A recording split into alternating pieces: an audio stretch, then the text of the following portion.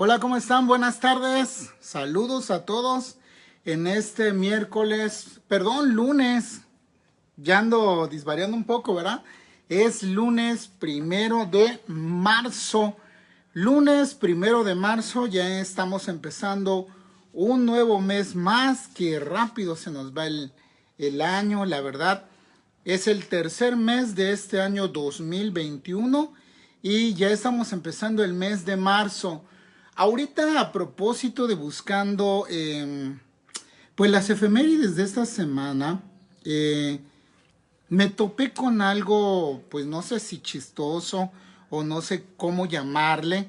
Fíjense que estamos a punto, estoy moviendo un poquito la cámara, estamos a punto de cumplir un año, pero no un año de vida, no un año de celebración.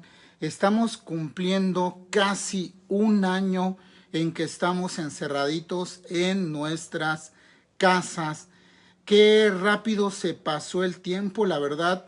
Creo que cuando todo esto empezó, tanto ustedes como nosotros los maestros pensamos que iba a ser muy rápido y que rápidamente íbamos a regresar a las aulas, y qué desafortunado hecho el tener que estar de forma virtual dando clases, ¿no? Les saludo a todos, bonita tarde. Permítame, bajo la cámara tantito. Ok, ahí estamos, creo que ya. Bonita tarde a todos ustedes. Me da mucho gusto que estén conectados. A lo mejor se andaban preguntando, ¿qué le pasó al maestro? ¿Qué le pasó al maestro? No, pues nada más que andábamos terminando de hacer limpieza, terminando de ver y acomodar lo que vamos a trabajar el día de hoy, porque está muy interesante lo que vamos a ver el día de hoy. Hoy vamos a ver en historia, les anticipo, vamos a ver historia y vamos a ver español. Hoy empieza un proyecto de español bien padre. Qué lástima, la verdad, qué lástima que estamos a la distancia, porque a mí este proyecto me encanta, pero ¿saben qué? Aún hasta la distancia vamos a hacer equipos de trabajo y vamos a hacer lo que nos indica el libro de español. Pero bueno, en historia nos toca ver el día de hoy lo que es el periodo postclásico. Nos toca ver una de las culturas favoritas, creo que de todos los mexicanos. Y a mí en lo particular, esta cultura me encanta mucho porque hay pocas cosas que se conocen de esta cultura. Y uno de los lugares favoritos acá de nuestro país para ir a pasear es la Ciudad de México, donde está la capital. Y en la capital se asentó antiguamente, hace ya 600 años de antigüedad. Hace 600 años de antigüedad se asentó en la ciudad, de lo que ahora es la Ciudad de México, se asentó una de las culturas muy importantes del periodo que vamos a platicar el día de hoy, que es el periodo postclásico. Bueno, retomando un poco, y ahorita les voy a decir en qué página del libro estamos, retomando un poco, acuérdense que ya vimos el inicio de las civilizaciones mesoamericanas se divide en tres: lo que es el periodo preclásico, el periodo clásico y el periodo postclásico. Ténganlo muy en cuenta porque esto va a venir en el examen, ¿ok? Y hay que saber qué culturas pertenecieron al periodo preclásico, al periodo clásico, y hoy vamos a analizar el periodo postclásico. Para lo cual nos vamos a ir al libro de historia. Nos vamos a ir al libro de historia en la página 66 y la página 67. Ahí vamos a estar trabajando en la página 66 y 67, porque la próxima semana que ya van a empezar los exámenes, y va a haber examen. Pero ya vieron, el trimestre pasado matemáticas estuvo bien fácil, así que no se espanten por el examen, ¿ok? Hoy vamos a ver la página 66 y la página 67 de tu libro de historia, de lo que viene siendo el periodo postclásico. Este periodo va a hablar acerca de dos culturas muy importantes, ¿ok? Lo que es primero la cultura tolteca y luego la cultura mexica. Pero vamos yendo entonces por partes. Primero vamos a tocar lo que es la cultura tolteca. El postclásico abarca desde el año 900 hasta el año 1521 después de Cristo. Termina en 1521, de hecho, este año se cumplen 500 años de que la ciudad de lo que fue México, Tenochtitlan, fue conquistada por los españoles. Curiosamente, en este año lo vamos a celebrar. Varios grupos nómadas de Aridoamérica migraron hacia Mesoamérica durante este periodo, retomando las formas de vida de las culturas agrícolas con las que ya habían entrado en contacto. Este periodo se caracterizó por el incremento de conflictos armados.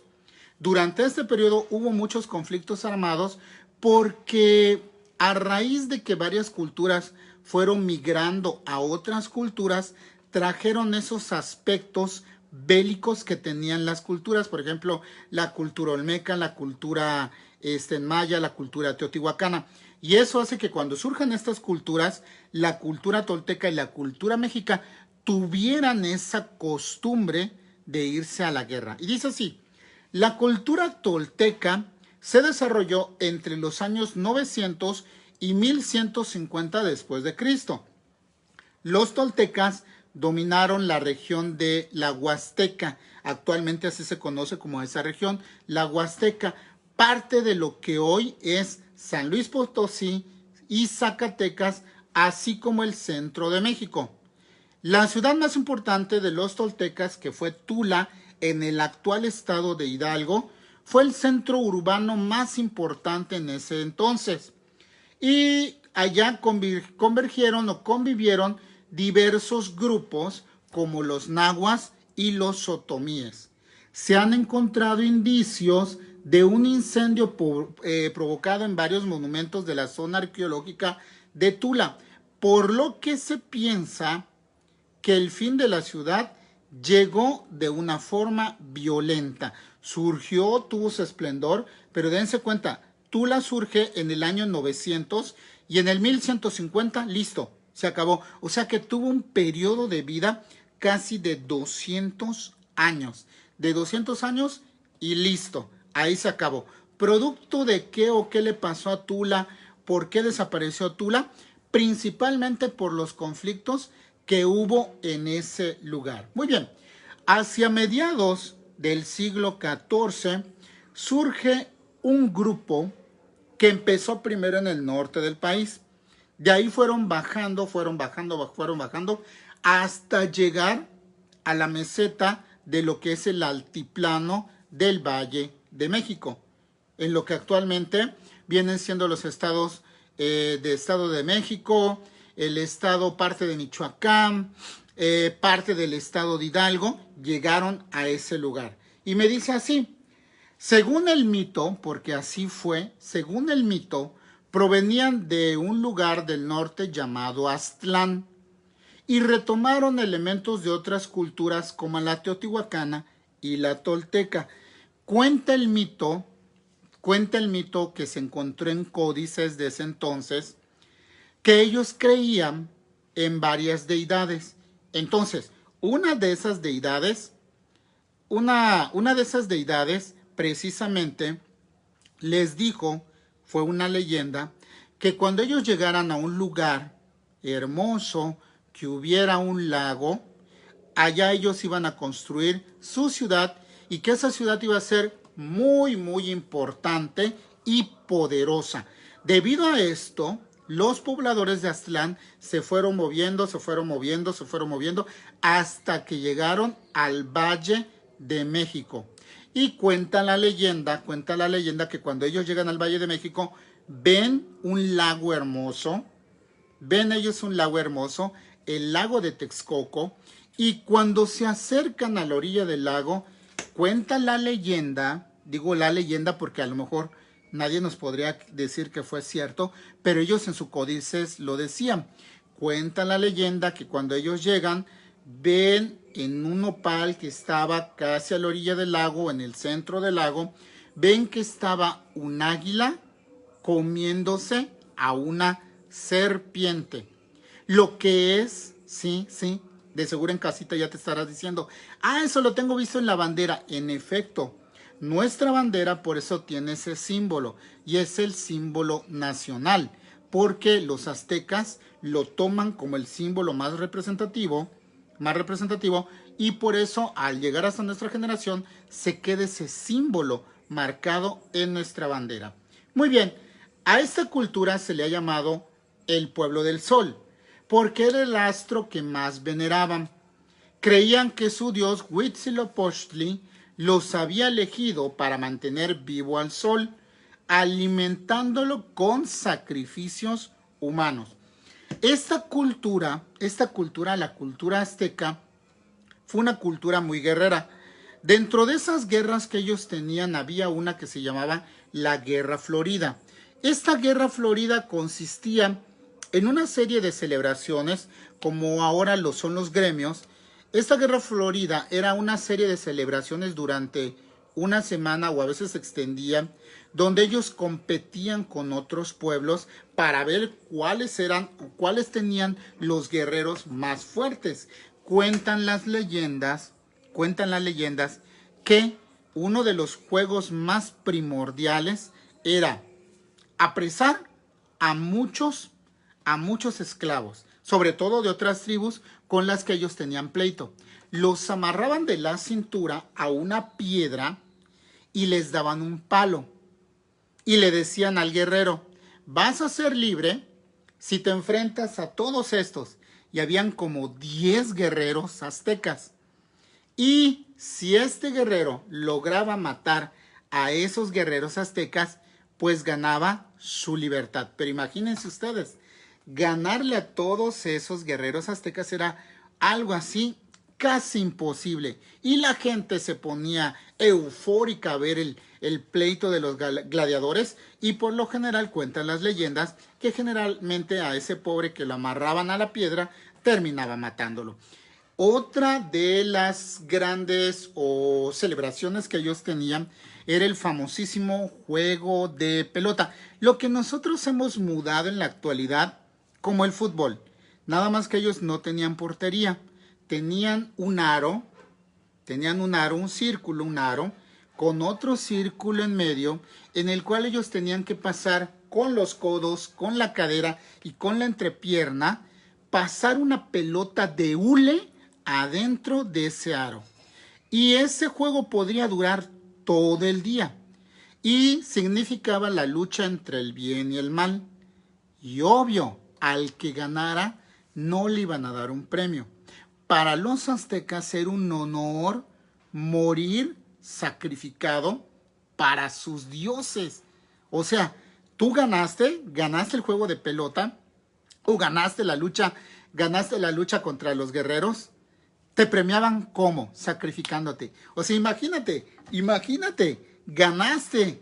En vez de decir, gané, wow, deme un premio. No, tu premio era morir sacrificado, pero para los dioses. Pero para ellos era un privilegio enorme.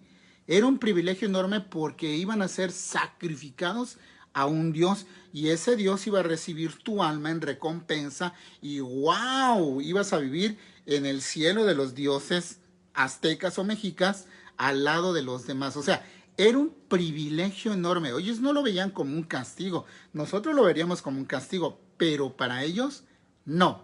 Gracias a su poder militar, estoy en la página 67.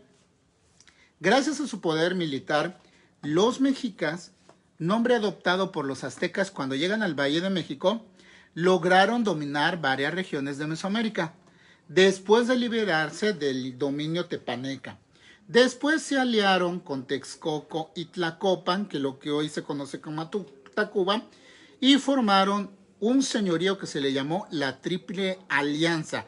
O sea, se juntaron los tres y los tres se defendían de los otros pueblos.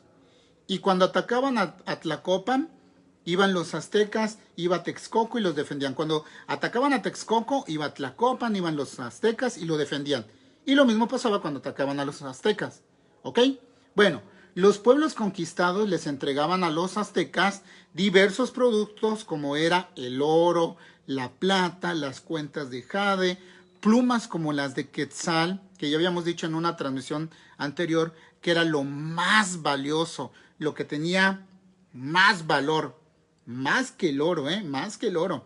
Pieles de animales, cacao y algodón pero también llevaban prisioneros para los sacrificios humanos, por lo que para ellos la guerra era una necesidad permanente. Los mexicas edificaron la ciudad de Tenochtitlan sobre un islote que estuvo en el lago de Texcoco, el cual fue ampliándose con la construcción de chinampas, que a su vez permitieron la producción de alimentos con varias cosechas todo el año.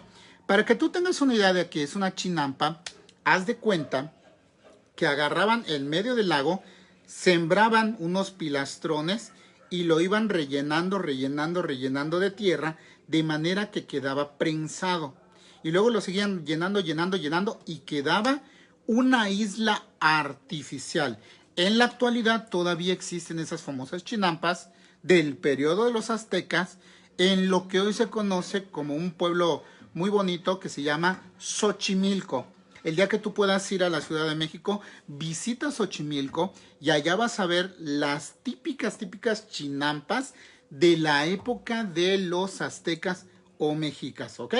Bueno, luego me dice acá, desarrollaron un pensamiento filosófico que se refleja en sus creencias religiosas, los códices, poemas y discursos educativos hechos en un elegante lenguaje náhuatl, que era el idioma que ellos manejaban.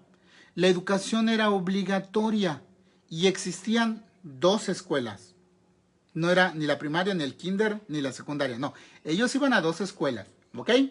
Una era para la gente noble, que se llamaba el Calmecac, o sea, allá iba la gente que tenía una buena posición económica, hijos de guerreros, y hijos inclusive de algún sacerdote, hijos inclusive de algún noble que tenía dinero y se había casado con la hija de tal emperador. Allá iban. Su escuela se llamaba Calmecac y la escuela normal, común y corriente para todos se llamaba Techpochcali. Techpochcali, ese era el nombre que recibía esa escuelita. Pero de repente un día, cuenta la leyenda, que se entera uno de los principales gobernantes que habían llegado unas casas que flotaban. Sí, unas casas que flotaban. Y manda a sus emisarios a verlo. Y ellos llegan a las costas de Veracruz y encuentran unas casas que flotaban. Ellos no tenían el concepto de lo que era un barco. Por lo tanto decían una casa que flota. Y van ellos y se lo cuentan a su gobernante. Y chíspale, viene el miedo, porque resulta que hubo un sacerdote que se llamó Quetzalcóatl, que Quetzalcóatl cuando se fue, agarró y les dijo, me voy, pero yo voy a regresar un día y cuando yo regrese va a ser el fin del mundo azteca. Y cuando los ven los conquistadores, hay un intercambio cultural, pero ellos, los mexicas o los aztecas, no se imaginaban que aquellos que estaban viendo que venían con barba, que venían, los aztecas decían, unos perros enormes, caballos, porque no se conocían por acá los caballos, los invitan a ir a Tenochtitlan. Y a uno de los principales que llevan es a un conquistador que se llama Hernán Cortés. Y llevan a Hernán Cortés, y Hernán Cortés cuando divisa a lo lejos Tenochtitlan, le entra la sensación de ir a conocerlo. Y cuando Hernán Cortés llega a Tenochtitlan y empieza a ver todo lo que había, él queda sorprendido por tanta belleza, los palacios enormes, mujeres guapas, una organización social muy interesante. Se sorprende de que inclusive había un lugar donde iba la gente a negociar y a comerciar. Y dice, no puede ser posible que estos señores que no conocen ni la escritura, bueno, la escritura que yo tengo, tengan algo que se llama mercado. Y el mercado estaba ubicado en un lugar que se llamaba Tlatelolco. Y ese mercado era tan enorme, que había 3,000, escúchenlo bien, 3,000 puestos de vendedores. ¡Wow! Yo me imagino como una plaza Las Américas, pero súper grande, enorme. Y Hernán Cortés queda muy, muy fascinado.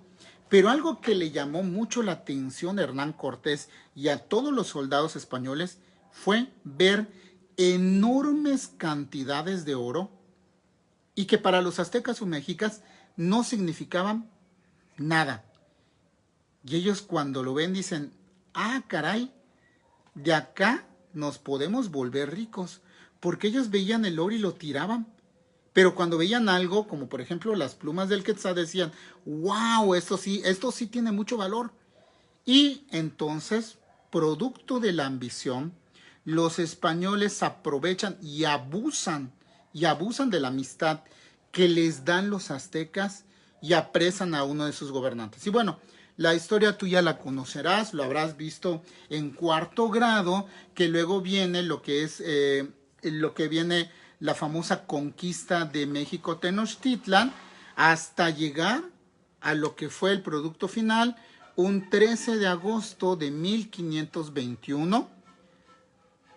Los mexicas se rinden después de mucho tiempo de que agarra a Hernán Cortés, sitúa toda la ciudad, le pone trampas y no se podían escapar o si no resultaban muertos, sitia la ciudad Hernán Cortés y no le queda más a los gobernantes aztecas que decir nos rendimos, y al rendirse fue el acabose, y es curiosamente cómo se considera que así se acabó esta gran civilización.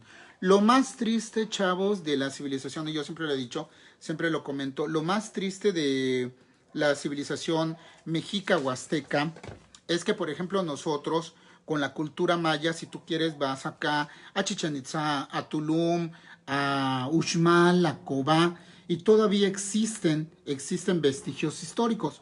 Pero si tú quieres conocer dónde están esos templos, los palacios de los aztecas, no hay.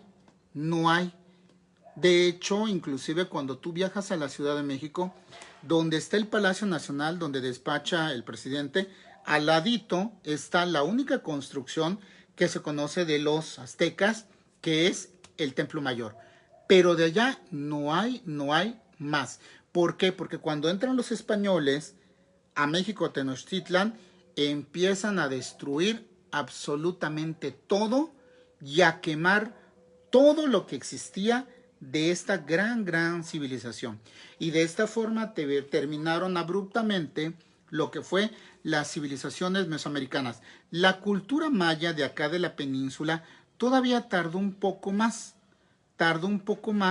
¿Por qué? Porque al estar alejados del centro del país, eso dio pauta a que los conquistadores españoles llegaran acá a la península de Yucatán y conquistaran a los mayas, pero se extendió un poquito más.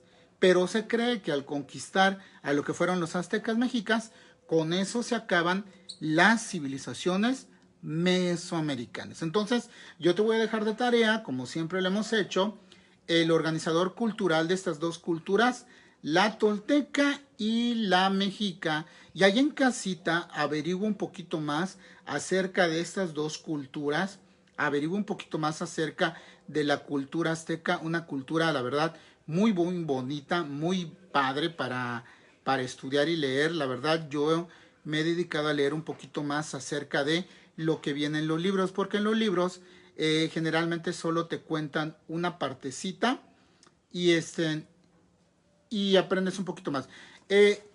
Quiero llamarle la atención, hay una persona acá que está poniendo muchos emoticones de risa, entonces sí le quiero llamar un poquito la atención a esta persona, no sé quién sea, si no lo vamos a tener que sacar del grupo. Sobre todo, ¿por qué? Porque tus compañeros están poniendo atención y por respeto debemos de dejar que tus compañeros pongan atención, ¿sale? No sé qué persona sea, me está poniendo muchos emoticones y sobre todo de risitas, no por mí, sino por tus compañeros que lo están viendo. Muy bien, nos vamos a español, nos vamos al libro de español, nos vamos a ir a la práctica social del lenguaje número 8, ¿ok? Nos vamos a ir a la práctica social del lenguaje número 8, ¿ok? Bueno, Hoy va a empezar un proyecto, la verdad este es uno de los proyectos que a mí me encanta muchísimo. Si se traba, no se preocupen, se queda grabada la transmisión y la pueden revisar un poquito más tarde. Este proyecto me encanta muchísimo, la verdad disfruto mucho este proyecto. Desafortunadamente al estar virtualmente no lo vamos a poder llevar a cabo tal cual como es. Desafortunadamente. Sin embargo, allí en casita tú vas a poder hacer lo que se viene a continuación, ¿ok? Una de las bellas artes que en esta pandemia sufrió muchísimo es el teatro. Es el teatro. Y el teatro no es tan conocido como lo es el cine o como lo son los deportes, como por ejemplo la Olimpiada. El teatro todavía está surgiendo y está volviéndose famoso. Por lo tal, vamos a irnos a la página 96, que arribita lo dice, página 96 de tu libro de español. En la página 96 del libro de español, vamos a ver la práctica social del lenguaje número 8. La práctica social del lenguaje número 8 lleva por título Adaptar un cuento como obra de teatro. Repito otra vez. Adaptar un cuento como obra de teatro. De seguro tú en quinto grado trabajaste con tu anterior maestro lo que fueron las obras de teatro. Ya sabes cómo es una obra de teatro e inclusive te va a ayudar muchísimo, el haber hecho un guión de la radio, porque inclusive lo que son las obras de teatro llevan un guión, pero ya no se llama guión de radio, se llama guión de teatro. Y te va a servir mucho y se te va a hacer mucho más fácil el aprendizaje con esta actividad que vamos a hacer. Pero antes de empezar vamos a leer entonces cuál es el propósito de esta práctica social del lenguaje, ¿ok? Y dice así, el propósito de esta práctica social del lenguaje es que escribas una obra de teatro a partir de un cuento infantil, Para esto vas a identificar las características de cada uno de estos textos, las cuales tendrás que comparar para poder adaptar un cuento como obra de teatro. Una vez concluida, realizarás una lectura dramatizada que compartirás con la comunidad escolar. Ojo, lo primero que tengo que hacer es un guión, adaptarlo. ¿A partir de qué? De un cuento infantil. ¿Eso qué quiere decir? Que no voy a poder usar otra cosa que no sea un cuento infantil. ¿Y cuáles son los cuentos infantiles? Ricitos de Oro, Aladino, La Bella y la Bestia, La Sirenita y todo lo demás. ¿Ok? Ese es un cuento infantil. Número 2. Después, entonces, que tú hayas hecho tu guión de teatro, Pinocho. Exacto, Pinocho esa es fantástica, ¿eh? Pinocho. Después de que tú hayas hecho ese guión de teatro, lo que sigue a continuación va a ser hacer un cuento o una lectura dramatizada para compartir. ¿Eso qué quiere decir?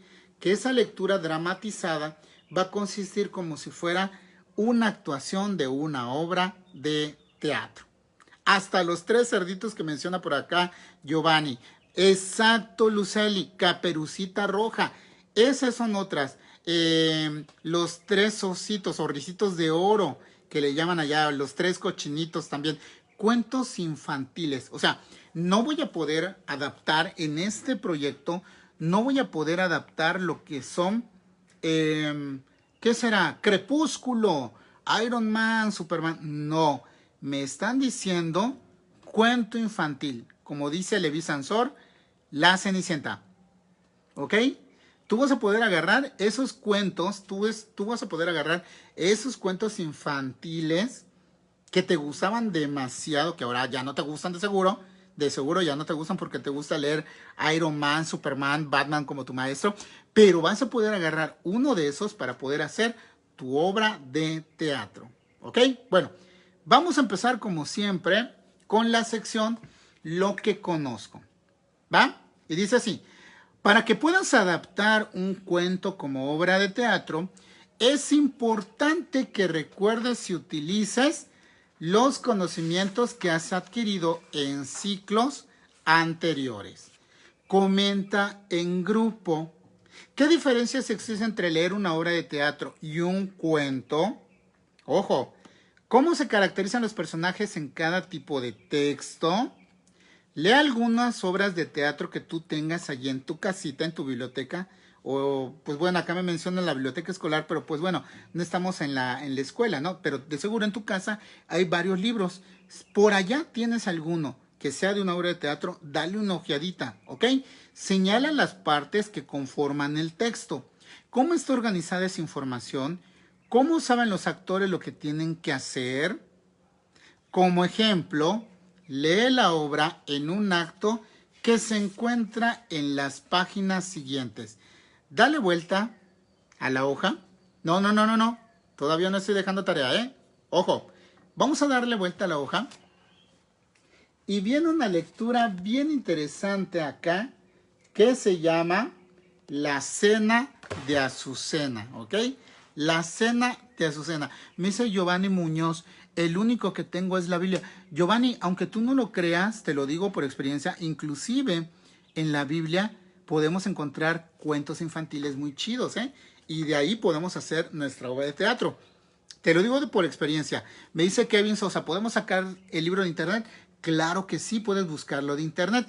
Sin embargo, acá ahora sí ya va la tarea de la casa. Viene La Cena de Azucena. La Cena de Azucena es una pequeña obra de teatro. Ahí está ya.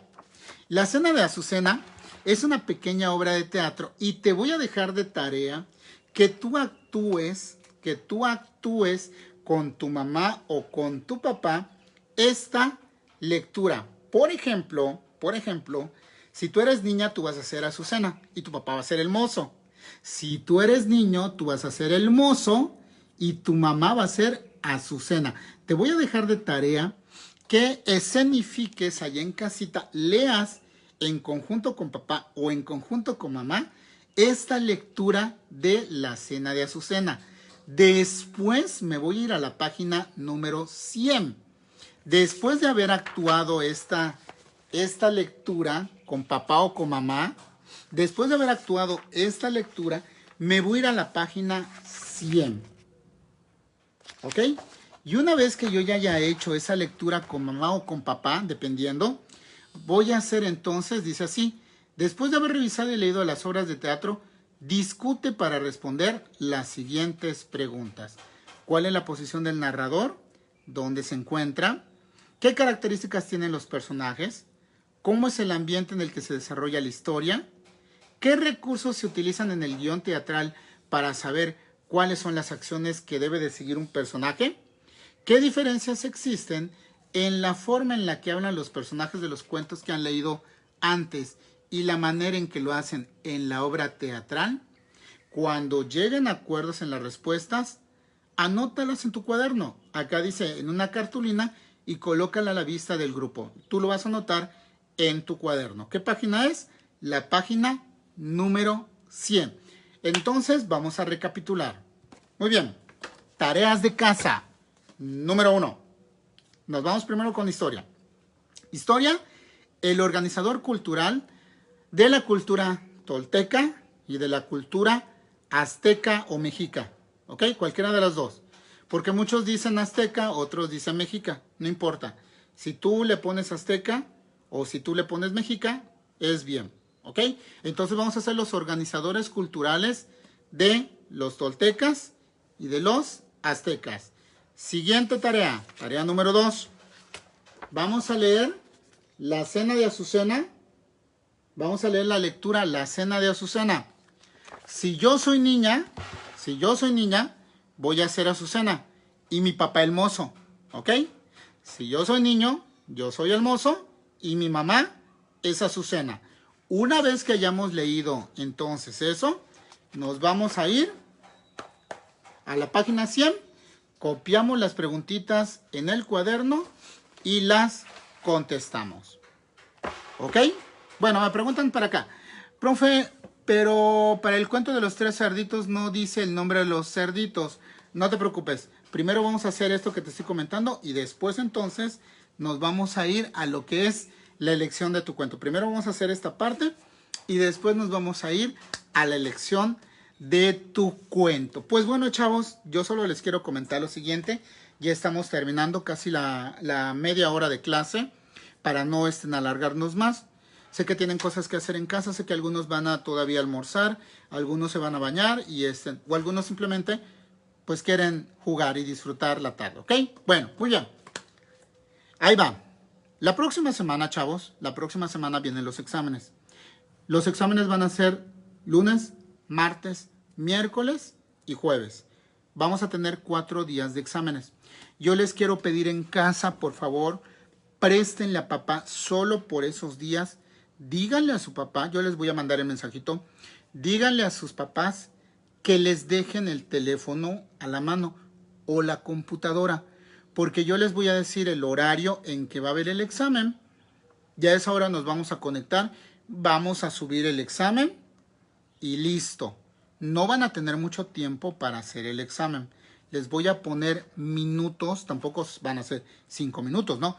Pero les voy a poner unos minutos para que ustedes puedan hacer el examen en casita de forma solitaria, sin que nadie les ayude, sobre todo que ustedes están en 6º grado y ya lo pueden hacer. Entonces, hablen con sus papás, coméntenles, díganle que la próxima semana, toda la semana, a excepción del viernes, va a haber examen. Por lo tanto, si tu papá el único recurso tecnológico que tiene es el teléfono, que se los deje, ¿ok?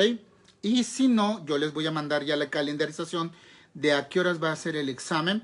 Tú vas a estar preparada en tu computadora para entrar, descargar el examen, resolverlo, tomarle foto y subirlo de una vez a la plataforma, ¿ok? Porque así va a ser el examen. Entonces, ya lo estoy avisando con anticipación, chavos, para que a la mera hora tu papá o tu mamá no digan, es que no me enteré, el maestro nunca lo dijo, le estoy comentando acá. Coméntaselo a tu papá para que él sepa cómo va a ser el examen. De todas formas, tu maestro le va a mandar un mensajito y le va a comentar cómo va a ser el examen, ¿ok? Bueno, y por hoy hemos terminado esta pequeña clase. Espero que les haya quedado bien clara. Hay que trabajar, chavos, hay que trabajar. Ya viene lo que es el promedio de examen. Me dicen acá, pero la tarea del cuento se deja hoy. Sí, pero no la vas a entregar hoy. Acuérdate, Giovanni, que estamos empezando el proyecto y el proyecto se entrega hasta la próxima semana, lo que va a ser la obra de teatro. Entonces, yo me despido como siempre, les mando un fuerte abrazo, enorme, enorme, enorme. Síganse cuidando en casita, por favor. Esperemos ya vernos pronto, ojalá ya nos veamos pronto, de verdad.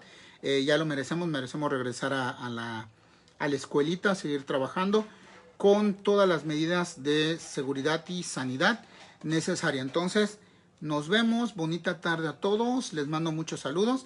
En unos minutos más subo la tarea, ya para que la empiecen a hacer. Cuídense, yo igual les quiero muchísimo, cuídense mucho, mucho, mucho.